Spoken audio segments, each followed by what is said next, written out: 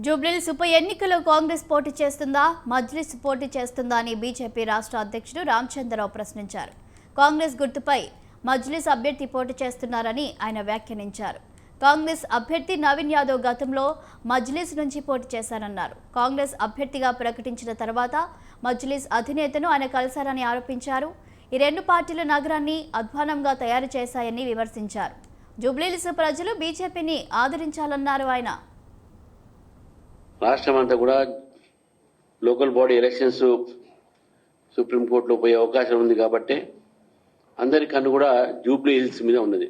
మరి ఇవాళ సాయంకాలం కానీ రేపటి వరకు కూడా మా అభ్యర్థి ప్రకటిస్తాం మేము.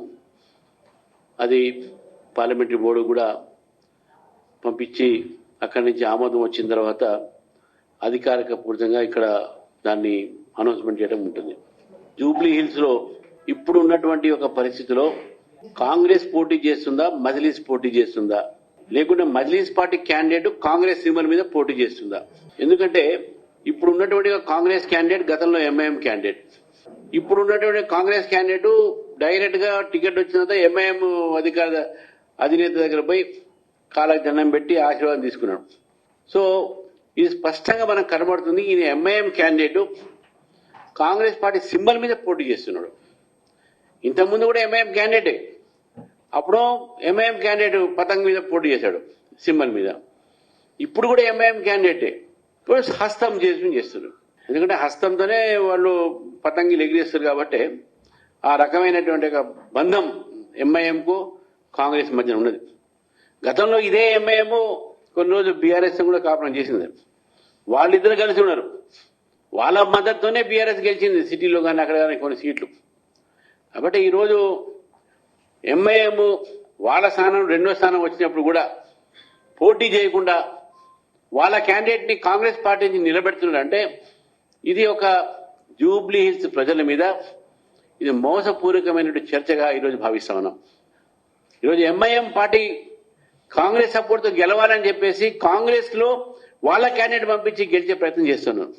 ఇది జూబ్లీ హిల్స్ ప్రజలు జాగ్రత్తగా చూడాల్సిన అవసరం ఉన్నది.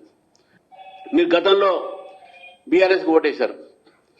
గతంలో కాంగ్రెస్ కు ఈరోజు అక్కడ ఉన్నటువంటి పరిస్థితుల్లో మీరు అక్కడ ఎంఐఎం కూడా ఓటేశారు. కాంగ్రెస్ సంబంధించినటువంటి కొంతమంది కూడా మీరు ఓటేశారు. ఏది చేసినప్పుడు కూడా ఈరోజు కాంగ్రెస్ ప్రభుత్వము గతంలో బీఆర్ఎస్ ప్రభుత్వం రెండు పార్టీలు కూడా సిటీని జూబ్లీ హిల్స్ రెండింటికి కూడా నిర్లక్ష్యం చేసింది. మనం జూబ్లీ హిల్స్ విషయంలో మాట్లాడుతున్నాం కాబట్టి ఈరోజు జూబ్లీ హిల్స్ లో డ్రైనేజీలు కానీ రోడ్డు వ్యవస్థ కానీ అదేవిధంగా అక్కడ ఉన్నటువంటి ప్రభుత్వ కార్యాలయాలు ఇంతవరకు జూబ్లీ హిల్స్ కాన్స్టిట్యున్సీలో ఒక్కటి కూడా ప్రభుత్వ కార్యాలయం లేదు. ఇటువంటి పరిస్థితి జూబ్లీ హిల్స్ ఉన్నది. జూబ్లీ హిల్స్ కు ఒక ప్రణాళికతో జీహెచ్ఎంసీ కానీ ప్రభుత్వం కానీ ఎప్పుడు చేయలేదు. గతంలో బీఆర్ఎస్ పార్టీ చెప్పింది 100 రోజుల్లో దీన్ని స్వరూపం మారుస్తాం, విశ్వనగరం చేస్తాం. అది విశ్వనగరం మారిందా, విషాద నగరం మారిందా జూబ్లీ ప్రజలు చెప్పాలి.